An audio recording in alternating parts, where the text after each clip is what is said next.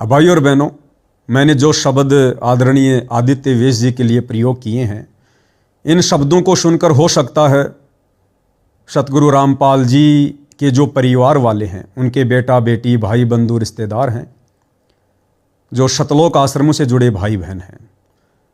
अब ये बात भी यहाँ पर क्लियर करना अनिवार्य है कि वर्तमान में सन 2014 बरवाला कांड के बाद संत रामपाल जी की संगत दो भागों में विभाजित हो चुकी है। एक भाग जिसे सतलोक आश्रम के नाम से जाना जाता है, जिन सतलोक आश्रमों को सतगुरु रामपाल जी के बेटा बेटी भाई बंधु रिश्तेदार हैंडल कर रहे हैं, जो लोग संत रामपाल जी की मर्यादाओं में रहकर भक्ति नहीं करते हैं, ना ही सतलोक आश्रमों से जुड़ी संगत को मर्यादाओं में रहकर भक्ति करने दे रहे हैं। नित नए पाखंड, नित नए आडंबर, गंदी राजनीति करना, गंदे राजनेताओं का समर्थन करना, उनको वोट डलवाना, तरह तरह के पाखंड करना, भक्ति विरुद्ध कर्म करना, इन लोगों की आदत बन चुकी है।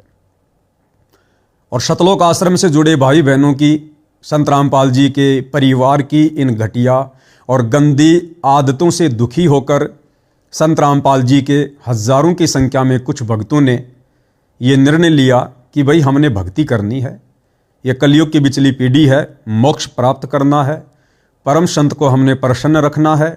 यदि संत नाराज हो गया तो हमारी तो भक्ति बिगड़ गई, हमारा तो सत्यानाश हो जाएगा।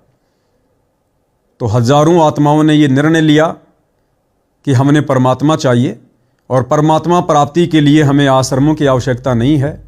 परमात्मा सतगुरु तो अपने भगत के मन मंदिर में रहते हैं, हृदय रूपी आश्रम में रहते हैं। भगत का घर ही आश्रम है। यदि भगत मर्यादा में रहकर गुरु को परमात्मा मानकर नेक नीति ईमानदारी से अपना कार्य करके अपनी भक्ति सफल करता है तो पिछले कई वर्षों से बरवाला कांड के बाद संत रामपाल जी की संगत में जो दूसरा पार्ट है, जिसे साध संगति कहते हैं, तो साध संगति से जुड़े भाई बहन इन सतलोक आश्रमों में नहीं जाते हैं। किसी भी प्रकार के पाखंड और आडंबर में जो वर्तमान में सतगुरु रामपाल जी का परिवार कर रहा है, संगत से करवा रहा है, उनमें हम लोग किसी भी प्रकार का कोई भी सहयोग नहीं देते हैं। हम अपने घर को ही सतलोक आश्रम बना के रखे हुए हैं कि यदि मर्यादा में रहकर गुरु को भगवान मानकर भक्ति करेंगे तो परमात्मा तो सृष्टि के कण कण में है। वो आश्रम भी ईंट, पत्थर, मिट्टी आदि से बने हुए हैं। हमारा घर भी उसी मटेरियल से बना हुआ है। आश्रम में भी फोटोएं ही लगी हैं, हमारे घर में भी गुरुदेव की फोटो ही लगी है। यदि मर्यादा में रहकर हम अपने घर पर भक्ति करेंगे तो परमात्मा वो तमाम लाभ हमें यहाँ भी प्रदान करेंगे। तो साध संगति से जुड़े भाई बहन अपने घर को ही सतलोक आश्रम बनाकर, ज्ञान को आधार बनाकर, जो ज्ञान सतगुरु रामपाल जी ने प्रदान किया है, और अपने गुरु को ही भक्ति विधान अनुसार परमात्मा मानकर हर प्रकार से मर्यादाओं में रहकर नेक नीति ईमानदारी से अपना जीवन निर्वाह करते हुए भक्ति को सफल बनाने की दृष्टि में आगे बढ़ रहे हैं। तो संत रामपाल जी के परिवार वाले इस बात से थोड़ा दुखी हो सकते हैं कि भाई ये जो पवन दास है, ये वीडियो बना बनाकर हम संत रामपाल जी के परिवार वालों को, सतलोक आश्रम से जुड़े कोऑर्डिनेटरों को, नामदान संचालकों को, ये कुछ इज्जत से नहीं बोलता है। इज्जत से ना बोलने का अर्थ ये नहीं है कि मैं उनको गालियां देता हूं, नहीं। गालियां निकालना मेरे खून में नहीं है, मेरे स्वभाव में नहीं है, क्योंकि गाली नीच व्यक्ति दिया करते हैं। परम संत का शिष्य कभी गाली नहीं देता है। हमें परम संत ने यही समझाया है कि गाली ही से उपजय कलह कष्ट और मीच, हार चले सो साधु है लागी मरे सो नीच। हरिजन तो हारा भला जीतन दे संसार, हारा तो हरिसों मिले जीता यम की लार। तो हम साध संगति से जुड़े भाई बहन, सतगुरु रामपाल जी के शिष्य कभी भी अपशब्दों का प्रयोग नहीं करते हैं। लेकिन ये आदरणीय शब्द, सम्माननीय शब्द, ये पवन दास हम सतगुरु रामपाल जी के परिवार वालों के लिए, सतलोक आश्रम से जुड़े कोऑर्डिनेटरों के लिए कहकर संबोधित क्यों नहीं करता है? और एक आर्य समाजी व्यक्ति उस व्यक्ति को ये आदरणीय कह रहा है, सम्माननीय कह रहा है, श्रीमान या श्री शब्द लगाकर संबोधित कर रहा है। कहीं ये पवन दास आर्य समाज से तो नहीं मिल गया। ऐसी कोई बात नहीं है भाई और बहनों। देखो, सतगुरु रामपाल जी का आर्य समाज से कभी भी किसी भी बात को लेकर कोई भी विरोधाभास नहीं रहा है। इन बातों को समझने की आवश्यकता है। ये केवल एक प्रकार की मिथ्या धारणा है जो समाज में उड़ा रखी है कि संत रामपाल जी आर्य समाज के विरोधी हैं। संत रामपाल जी तो किसी भी समाज के विरोधी नहीं हैं। संत रामपाल जी किसी भी समाज से संबंधित नहीं हैं। संत रामपाल जी परमपिता परमेश्वर हैं, सभी आत्माओं के जनक हैं, और इस विश्व में जितनी भी आत्माएं हैं, संत रामपाल जी उन सबके पिता हैं, उनके परमेश्वर हैं, उनके गुरु हैं, क्योंकि ये जगत गुरु हैं। तो सतगुरु रामपाल जी के तो सभी बच्चे हैं। अब बाप कभी भी अपने किसी बच्चे से नाराज नहीं होता है, उसके परिवार से नाराज नहीं होता है। तो संत रामपाल जी का आर्य समाज से कभी भी किसी भी बात को लेकर कोई भी विरोधाभास नहीं रहा है। संत रामपाल जी ने तो यहाँ तक कहा है कि भाई मेरे रिश्तेदार, मेरे काका, चाचा, ताऊ, गांव वाले, ये सभी लोग आर्य समाज से संबंधित हैं। मैं क्यों आर्य समाज का विरोध करूंगा? संत रामपाल जी का जो विरोध है वो आदरणीय दयानंद सरस्वती जी से भी नहीं रहा है। ये भी लोगों की गलत धारणा है कि संत रामपाल जी दयानंद सरस्वती जी के विरोधी। नहीं, बिल्कुल नहीं, 101% नहीं। ये धारणा आपके मन में तभी तक है जब तक आप संत रामपाल जी के सत्संग नहीं सुनते हैं। जब आप उनके सत्संग सुनेंगे तो आपको पता चलेगा कि संत रामपाल जी कभी भी आर्य समाज के प्रवर्तक श्री दयानंद सरस्वती जी के विरोधी नहीं थे, ना हैं वर्तमान में। संत रामपाल जी सिर्फ और सिर्फ आर्य समाज के प्रवर्तक श्री दयानंद सरस्वती जी के उन विचारों के विरोधी हैं जो विचार शास्त्र सम्मत नहीं है, जो विचार महर्षि दयानंद जी के शास्त्रों से मेल नहीं खाते, जो विचार महर्षि दयानंद जी के सामाजिक व्यवस्था से मेल नहीं खाते, जो उनकी सत्यार्थ प्रकाश में उनके द्वारा लिखे हुए हैं।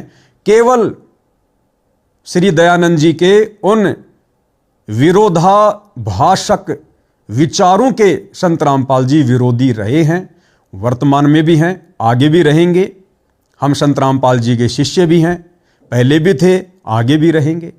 लेकिन महर्षि दयानंद जी से ना ही तो संत रामपाल जी का कोई विरोधाभास रहा है और ना उनके भक्तों का किसी प्रकार से कोई विरोधाभास है। देखो भाइयों और बहनों, ये मनुष्य जन्म आप और हमें परमात्मा की प्राप्ति के लिए मिला है। 184 प्रकार की योनियां हैं। गधे, कुत्ते, कीट, पतंग, सूअर, शेर, सिंह, भेड़िया, जंबक, यानी जितनी भी हम ये योनियां देख रहे हैं ये सब 184 में आती हैं। और 184 योनियों से भिन्न एक ये मनुष्य जन्म स्त्री या पुरुष का परमपिता परमेश्वर कबीर देव हमें प्रदान करते हैं भक्ति नियम के अनुसार। ये मनुष्य जन्म 2 प्रकार से मिलता है, इसीलिए मनुष्य जन्म को अति दुर्लभ कहा है, बड़ा अनमोल चोला कहा है। सभी संतों ने कहा है कि मानव जन्म दुर्लभ है, ये मिले न बारंबार, और जैसे पेड़ से पत्ता टूट जाए फिर वापस नहीं लगता डार। और मानुष जन्म पाएकर जो नहीं रटे हरि नाम, यानी जो सच्चे परमात्मा की भक्ति नहीं करता है, इस मनुष्य जन्म को प्राप्त करके, कि मनुष्य जन्म प्राप्त करके जो नहीं रटे हरि नाम, भाई जैसे कुआं जल बिना फिर बनवाया क्या काम। जिस प्रकार आपने कुआं तो बनवा दिया, आपने चित्रकारी कर दी, बहुत अच्छा उसको सजा दिया, मुंडेर बनवा दी, यदि उसमें जल नहीं है तो क्या फायदा फिर उस कुएं को खुदवाने का, उसके ऊपर मुंडेर बनवाने का। तो इसी प्रकार ये मनुष्य जन्म स्त्री या पुरुष का जो परमेश्वर ने हमें बड़े सौभाग्य से प्रदान किया है, 184 योनियों से भिन्न ये मनुष्य योनि हमें प्रदान की है, ये केवल परमात्मा प्राप्ति के लिए मिलती है। और परमात्मा मिलता है सच्चे सतगुरु की शरण में आकर सत भक्ति करने से, जो सच्चा सतगुरु हमें शास्त्रों के अनुसार भक्ति दे।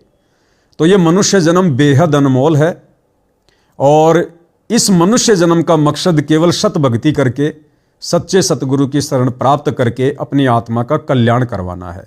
यदि हमारा मोक्ष नहीं हुआ, मनुष्य शरीर में यदि हमने भक्ति करके मोक्ष प्राप्त नहीं किया तो अगला जन्म फिर से हमारा लक 84 में शुरू हो जाएगा। फिर हमने लगातार लक 84 में तरह तरह के जीव जंतु पशु पक्षियों के जीवन भोगने पड़ेंगे। तो जो महर्षि दयानंद जी थे उनके पास में वो जड़ी बूटी नहीं थी।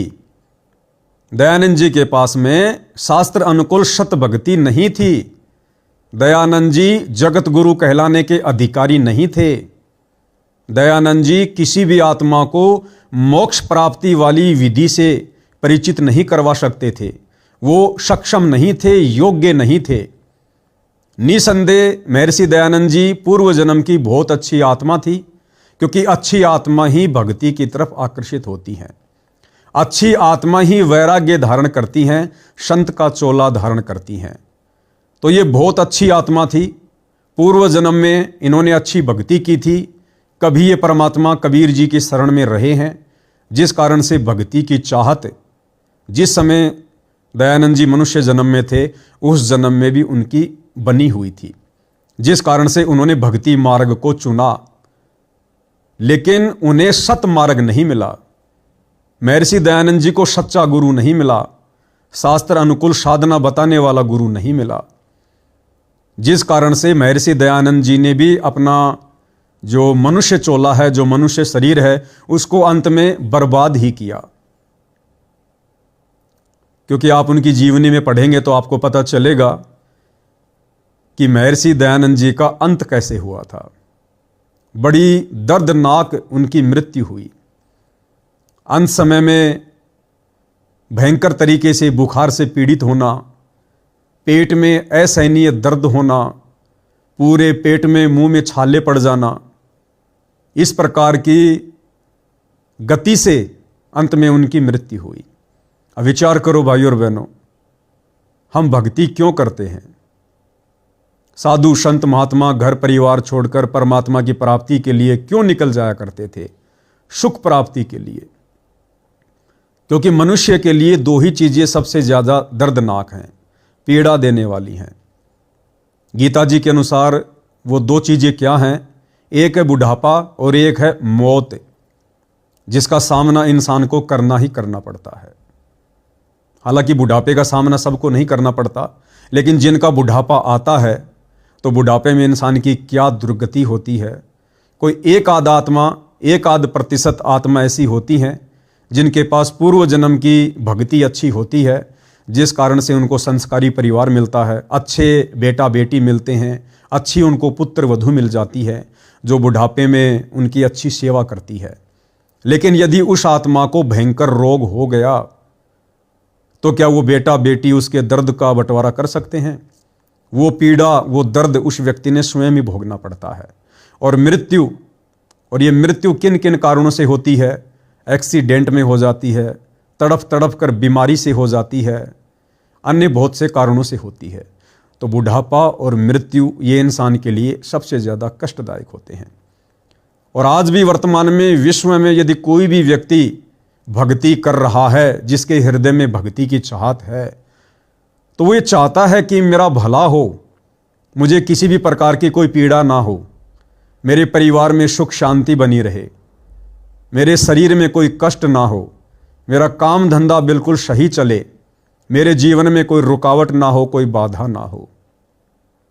इसीलिए तो आम व्यक्ति परमात्मा की चाहत में भटक रहा है, चाहे मंदिर में, चाहे मस्जिद में, चाहे चर्च में, चाहे गुरुद्वारे में, यानी सुख के लिए। यानी भक्ति से लोगों को पता है, आत्मा को पता है कि सुख होता है, अंत में दुर्गति से मौत नहीं होती है। परमात्मा सहज में शरीर छुड़वा देता है, इसलिए दुनिया भक्ति करती है। अब यदि महर्षि दयानंद जी के पास में वास्तव में शास्त्र अनुकूल सत भक्ति होती, यदि वास्तव में वे सच्चे भगत होते, परमात्मा के कृपा पात्र होते, यदि उन पर परमपिता परमेश्वर की दया दृष्टि होती, तो विचार करो आर्य समाज से जुड़े भाई बहनों, क्या महर्षि दयानंद जी की इस प्रकार दुर्गति से मृत्यु होनी चाहिए थी? कोई भी नहीं चाहता ऐसी मृत्यु तो, जबकि महर्षि जी को तो हम बहुत बड़ा विद्वान मानते हैं। और यदि महर्षि दयानंद जी की, जिनको आर्य समाज इतना बड़ा विद्वान मानता है, बहुत सारे आर्य समाजी भाई बहन तो उन्हें भगवान दयानंद जी कहकर भी संबोधित करते हैं अपनी श्रद्धावश। तो विचार करो, क्या भगवान की इस प्रकार से दुर्गति से मृत्यु होनी चाहिए? और यदि भगवान महर्षि दयानंद जी की आप भाई बहनों के अनुसार इस प्रकार से अंत में दुर्गति हुई है, देखो आप माने या ना माने, लेकिन महर्षि दयानंद जी की जो जीवनी है उसमें स्पष्ट रूप से लिखा हुआ है, उसे नकारा नहीं जा सकता है, कोई भी व्यक्ति नहीं नकार सकता है।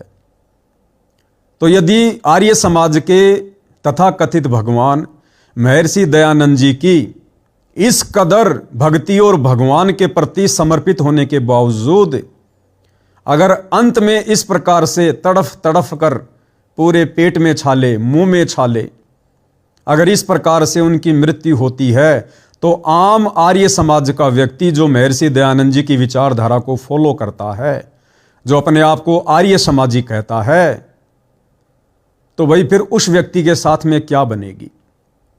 आप लोगों का भला फिर कैसे बचाव होगा जब आपके तथाकथित भगवान महर्षि दयानंद जी का नहीं हुआ?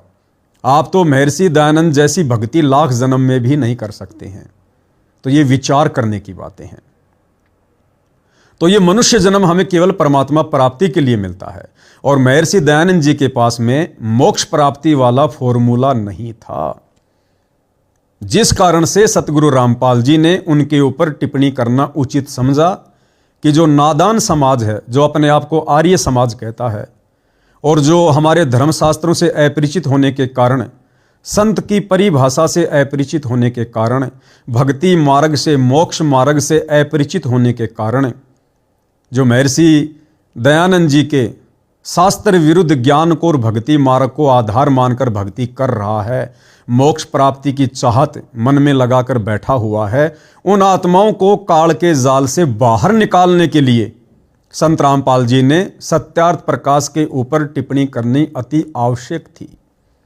और निसंदेह हजारों की संख्या में संत रामपाल जी के सत्संगों को सुनकर, जो सत्संग उन्होंने श्री दयानंद जी के ऊपर किए, सत्यार्थ प्रकाश के ऊपर किए, दिखा दिखा कर किए, हजारों आत्माओं ने जो पहले आर्य समाजी थे, उन्होंने ज्ञान को समझकर आत्म कल्याण की दृष्टि से संत रामपाल जी से उपदेश प्राप्त किया, उनको अपना सतगुरु धारण किया, और निसंदेह आज वे आत्माएं शास्त्र अनुकूल सत भक्ति पर हर प्रकार के आध्यात्मिक और सांसारिक लाभ भी प्राप्त कर रही हैं। तो समाज के भले की दृष्टि से सतगुरु रामपाल जी ने महर्षि दयानंद जी के उन विचारों के ऊपर टिप्पणी की है जो विचार महर्षि दयानंद जी के शास्त्रों के विरुद्ध थे और सामाजिक व्यवस्थाओं के विरुद्ध थे। अब जैसे महर्षि दयानंद जी के विषय में एक जो पुस्तक है जो आर्य समाज के लोगों के द्वारा ही लिखी गई है, जिसका नाम है नव जागरण के पुरोधा महर्षि दयानंद सरस्वती। ये पुस्तक संत रामपाल जी ने तो नहीं लिखी है, उनके भक्तों ने भी नहीं लिखी है। ये पुस्तक आर्य समाज से जुड़े भाई बहनों के द्वारा लिखी गई है। आर्य समाज इस पुस्तक को सत्य भी मानता, इसको पढ़ता भी है। इस पुस्तक नव जागरण के पुरोधा महर्षि दयानंद सरस्वती अध्याय 3 में साफ साफ लिखा हुआ है कि महर्षि दयानंद जी को भांग पीने का दोष लग चुका था, यानी महर्षि दयानंद जी नशा करने लग गए थे, वे भांग पीने लग गए थे। स्पष्ट लिखा हुआ है। दुनिया का कोई भी व्यक्ति इस बात को नकार नहीं सकता है, इस बात से इनकार नहीं कर सकता है। अब आप बताइएगा, आप महर्षि दयानंद जी को किस आधार से एक सामाजिक व्यक्ति कहेंगे? आप किस आधार से उनको समाज सुधारक कह सकते हैं? क्या नशा करना एक समाज सुधारक व्यक्ति को शोभा देता है? क्योंकि नशा एक समाज में फैली हुई कुरीति है, एक बीमारी है। नशे ने आज समाज को बिगाड़ रखा है, समाज को बर्बाद कर रखा है, युवा नस्लों को समाज बर्बाद कर रहा है। अब बताइए, आप जी महर्षि दयानंद जी की सत्यार्थ प्रकाश को पढ़कर या उनके विचारों से प्रभावित होकर आर्य समाज को अपनाकर आप भला कैसे परमात्मा की प्राप्ति कर सकते हैं? आप कैसे एक सभ्य सामाजिक आदमी बन सकते हैं?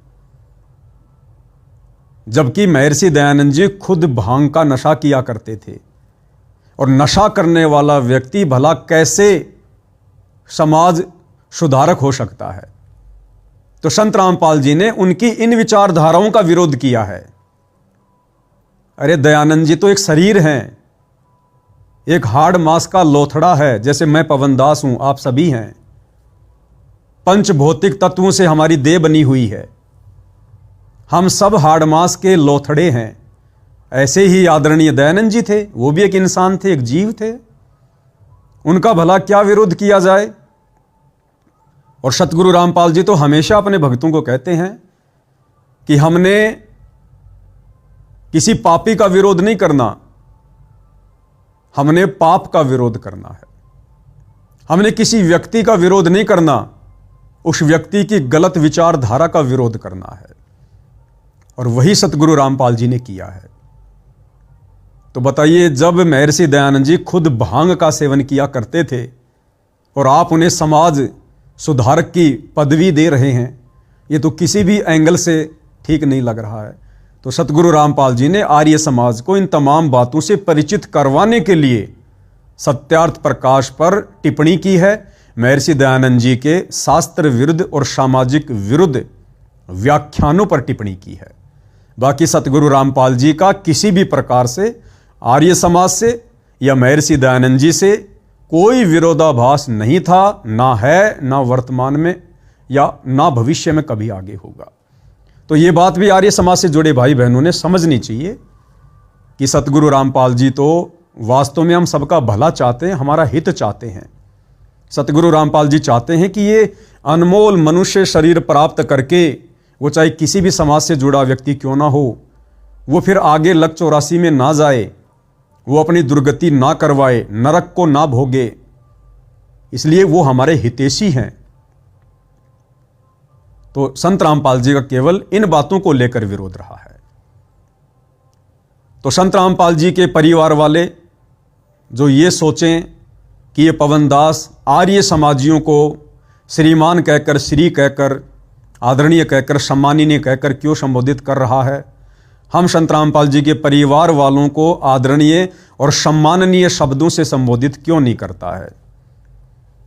तो भाई इसके पीछे कुछ रीजन है। और रीजन ये है कि मुझ पवन दास का या साध संगति से जुड़े हुए जितने भी सत्सेवक भाई बहन हैं, हमारा सतगुरु रामपाल जी के परिवार वालों से या सतलोक आश्रमों से जुड़े भाई बहनों से किसी भी प्रकार का कोई भी विरोधाभास नहीं है। आप हमें बुरे नहीं लगते हैं, आप हमें अपने सगे भाई बहनों से भी सैकड़ों गुना अच्छे लगते हैं, प्यारे लगते हैं। क्यों? क्योंकि आप सभी परमपिता परमेश्वर की भक्ति कर रहे हैं। और भगत का सम्मान करना, आदर करना, ये गुरुदेव भगवान ने हमें समझाया है। संत रामपाल जी के जो बेटा बेटी, भाई बंधु, रिश्तेदार हैं, इन निसंदेह बहुत ही अच्छी सौभाग्यशाली आत्मा है। केवल मैं इनको सौभाग्यशाली कहूँगा, इनको पवित्र आत्मा या महान आत्मा कहकर संबोधित नहीं कर सकता। उसके पीछे भी रीजन है। संत रामपाल जी के परिवार वालों को, उनके उन रिश्तेदारों को, सतलोक आश्रमों से जुड़े उन मुख्य भक्तों को जो वर्तमान में उनके भगत हैं, जो भक्ति कर रहे हैं, वो सभी सौभाग्यशाली आत्मा हैं। सौभाग्यशाली आत्मा क्यों है? क्योंकि आप लोगों को परम संत सतगुरु रामपाल जी के आसपास रहकर, उनके इर्द गिर्द रहकर, उनके बेटा बेटी, भाई बंधु, रिश्तेदारों के रूप में रहकर, उनके समीप रहकर भक्ति करने का सुअवसर प्राप्त हुआ। इसलिए मैं आपको सौभाग्यशाली आत्मा कहूँगा।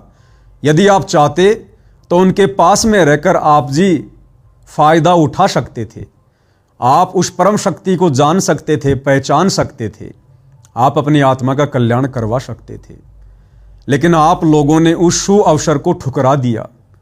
आप लोगों ने परम संत के साथ रहकर, उनके चरणों में रहकर, उनकी इतने लंबे समय से सुसंगति करके भी उनको नहीं पहचाना। आप केवल सतगुरु रामपाल जी को एक संत की दृष्टि से देखते रहे। आपने केवल उनको मानुष ही समझा, अपने जैसा मनुष्य ही समझा, माँ के गर्भ से जन्म लेकर आया हुआ इंसान ही समझा। आपने उनको परमात्मा की दृष्टि से नहीं देखा, उनको परमेश्वर की दृष्टि से नहीं देखा। आपने परमेश्वर और परमात्मा केवल एक कागज के टुकड़े को, कबीर जी की समझे जाने वाली दाढ़ी मूछ वाली फोटो को समझा, जिस कारण से मैं पवन दास आपको पवित्र आत्मा भी नहीं कह सकता, आपको महान आत्मा भी नहीं कह सकता, केवल आपको सौभाग्यशाली आत्मा कहूंगा कि परमेश्वर ने आपको सौभाग्य प्रदान किया था, आपको सु अवसर प्रदान किया था अपनी पहचान करवाने के लिए, अपने बेटा बेटी के रूप में जन्म देकर, रिश्तेदारों के रूप में जन्म देकर, लेकिन आप लोगों ने उस सु अवसर को ठुकरा दिया और वर्तमान 2026 तक भी आप उन्हें परमेश्वर की नजरों से नहीं देख रहे हैं। अगर देख रहे होते तो आज आपके घरों में इस परमेश्वर, इस परमपिता परमात्मा सतगुरु रामपाल जी के अलावा कोई दूसरी फोटो नहीं होनी चाहिए थी। इन सतलोक आश्रमों में इस कबीर परमेश्वर सतगुरु रामपाल जी के अलावा दाढ़ी मूछ वाली कबीर जी की, आदरणीय गरीबदास जी की, दादा गुरु जी की, पंडित चिदानंद जी की, ये तमाम फोटोएं नहीं होनी चाहिए थी जो आपको पतिव्रता पद से नीचे गिराती हैं। एक सादे सब सदे, सब सादे सब जाए, माली सींचे मूल को, फले फूले अघाए।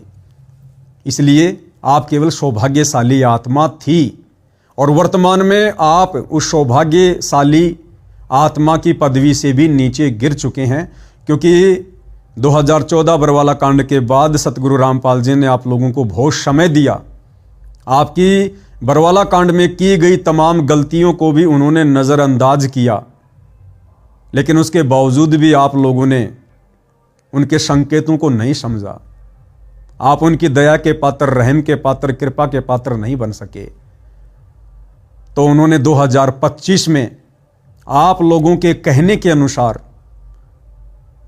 जैसा आप लोगों ने वकीलों को सिखाया, वकीलों ने संत रामपाल जी को बताया, उस अनुसार आप लोगों ने, संत रामपाल जी के परिवार वालों ने सर्व समाज के सामने, कोर्ट के सामने संत रामपाल जी से माफ़ी मंगवा दी। बरवाला कांड की गलतियों का दोषी आप लोगों ने संत रामपाल जी को ठहरा दिया। कोर्ट की अवमानना का दोषी आप लोगों ने संत रामपाल जी से कोर्ट में माफ़ी मंगवाकर संत रामपाल जी को ठहरा दिया।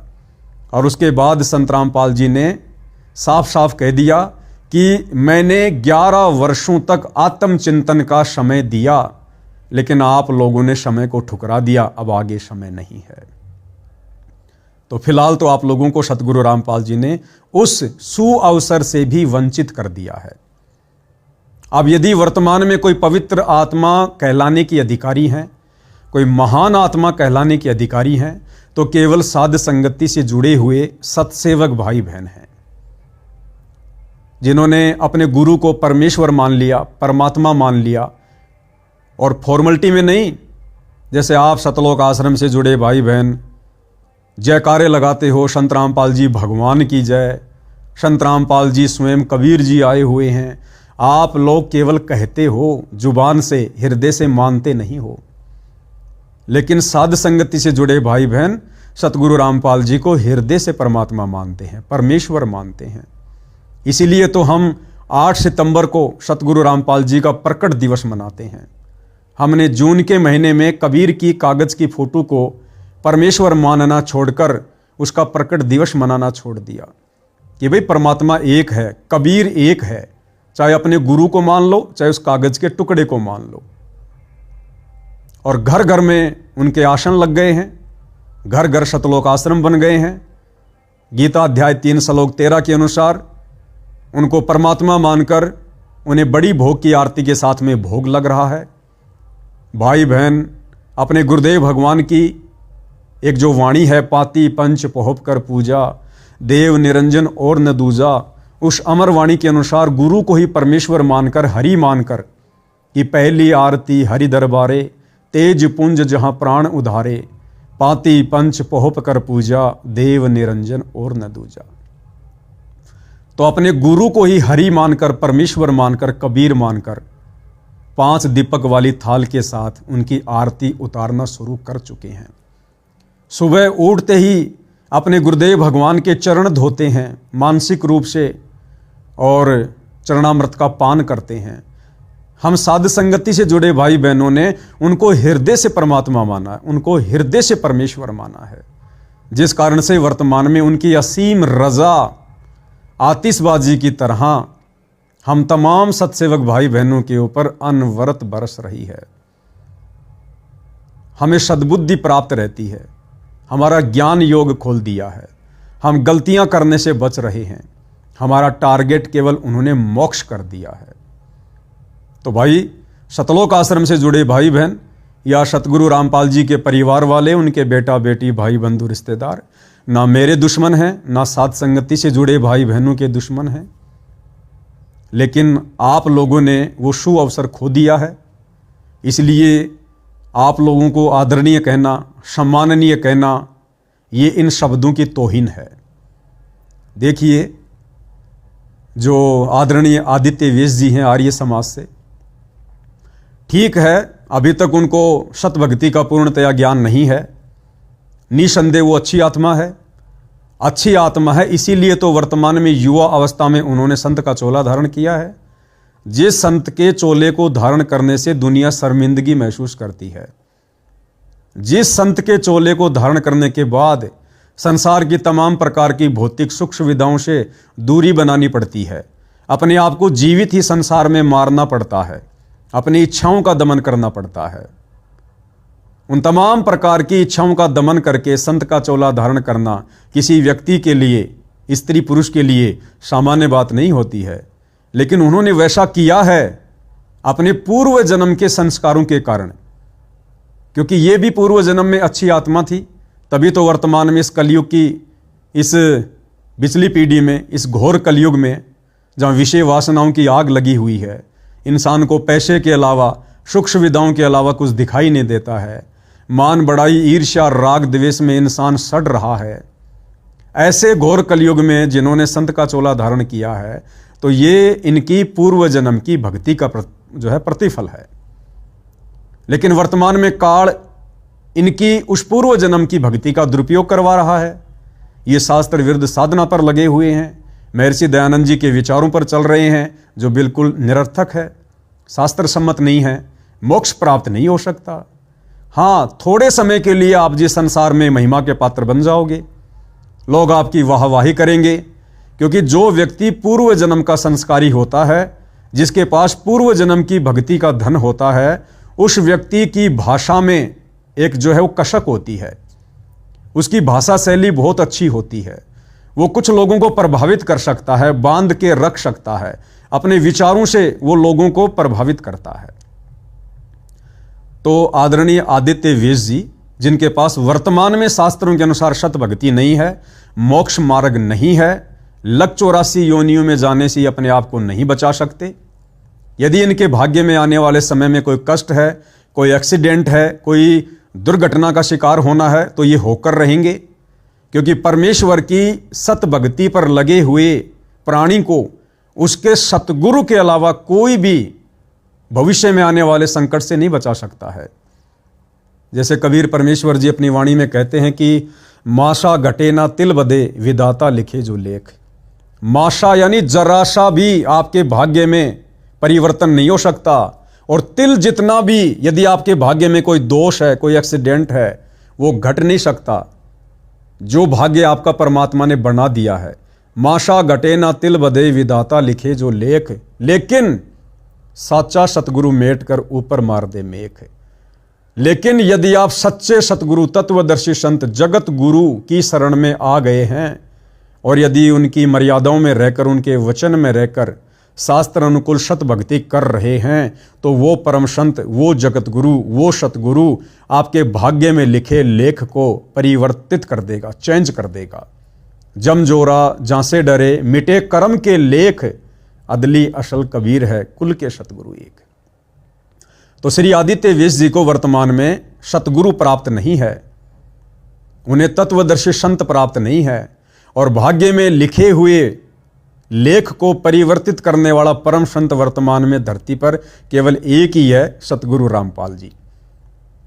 तो आदित्य वेश जी के भाग्य में भविष्य में यदि एक्सीडेंट होना है, पैर कटना है, हाथ कटना है, किसी भयंकर रोग से उनको पीड़ित होना है, या उनके प्रारब्ध में जो भी कष्ट जो पूर्व में लिखे जा चुके हैं विधाता के द्वारा, यदि उनमें परिवर्तन करवाना है, तो केवल और केवल सतगुरु रामपाल जी के शरण में आकर ही संभव है। तो आदित्य वेश जी पूर्व जन्म की अच्छी भक्ति युक्त आत्मा है, जिस कारण से उन्होंने संत का चोला धारण किया और महर्षि दयानंद जी के विचारों से प्रभावित होकर वो आर्य समाज के एक अंग बने हुए हैं। लेकिन भाई ये महिमा केवल 4 दिन की है, ये बात आदित्य वेश जी को समझनी चाहिए। ये संसार किसी का नहीं है, किसी का नहीं है। अरे बिना ज्ञान के, बिना सतभक्ति के जो माँ अपना पेट चीर कर अपने बच्चे को जन्म देती है, स्तनपान करवाती है, अरे वो बच्चा भी अंत में अपनी माँ का नहीं होता है। देख रहे हो आप जी आजकल अच्छे अच्छे घरों के वो बुजुर्ग, अच्छे अच्छे पढ़े लिखे लोगों के माता पिता आज जो है वृद्धाश्रम में जीवन जी रहे हैं। उनके बच्चे विदेश में हैं। पीछे से पता चलता है कि 1 महीने बाद पता चला जब उनकी लाश से दुर्गंध आने लगी, बेटा विदेश में है, धन कमा रहा है और यहाँ माता पिता अकेले पड़े हैं, कोई सेवा करने वाला नहीं है।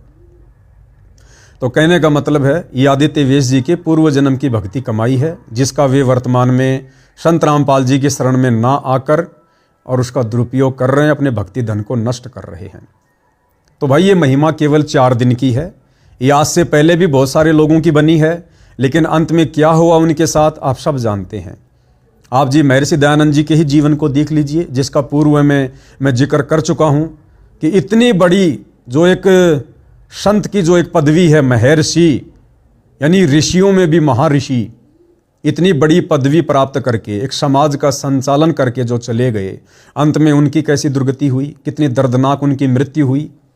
इस्लाम धर्म की नींव, जो इस्लाम धर्म आज पूरे विश्व का दूसरे नंबर का सबसे बड़ा धर्म बना हुआ है, उस मुसलमान धर्म की नींव डालने वाले हजरत मोहम्मद जी 63 साल की उम्र में, और कितनी दर्दनाक गति से उनकी अकाल मृत्यु हुई। बीमारी से तड़फ तड़फ कर उनकी मृत्यु हुई। अल्लाह से अंत में मौत मांगते रहे, मौत भी उनको सहज में नहीं मिली, क्योंकि उनकी भक्ति शास्त्रों के विरुद्ध थी। श्री रामचंद्र जी के जीवन को देख लीजिएगा, खूब महिमा हुई उनकी, और अंत में सरयू नदी में जाकर उनको आत्महत्या करनी पड़ी दुखी होकर। श्री कृष्ण जी को देख लीजिएगा, अंत में श्री कृष्ण जी को जहरीले तीर से हाहाकार करके पीड़ा से मृत्यु का शिकार बनना पड़ा, काल का ग्रास बनना पड़ा।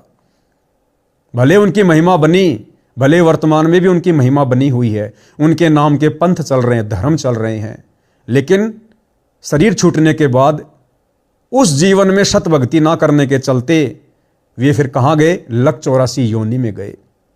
आज वे पशु पक्षियों के शरीरों को भोग रहे हैं, और आज हम उनके विचारों पर चलकर ये सोच रहे हैं कि हम मोक्ष प्राप्त करेंगे। कभी नहीं। महर्षि दयानंद जी, जिनके विचारों पर आर्य समाज चल रहा है, लेकिन क्या उनके पास में मोक्ष मार्ग था? नहीं।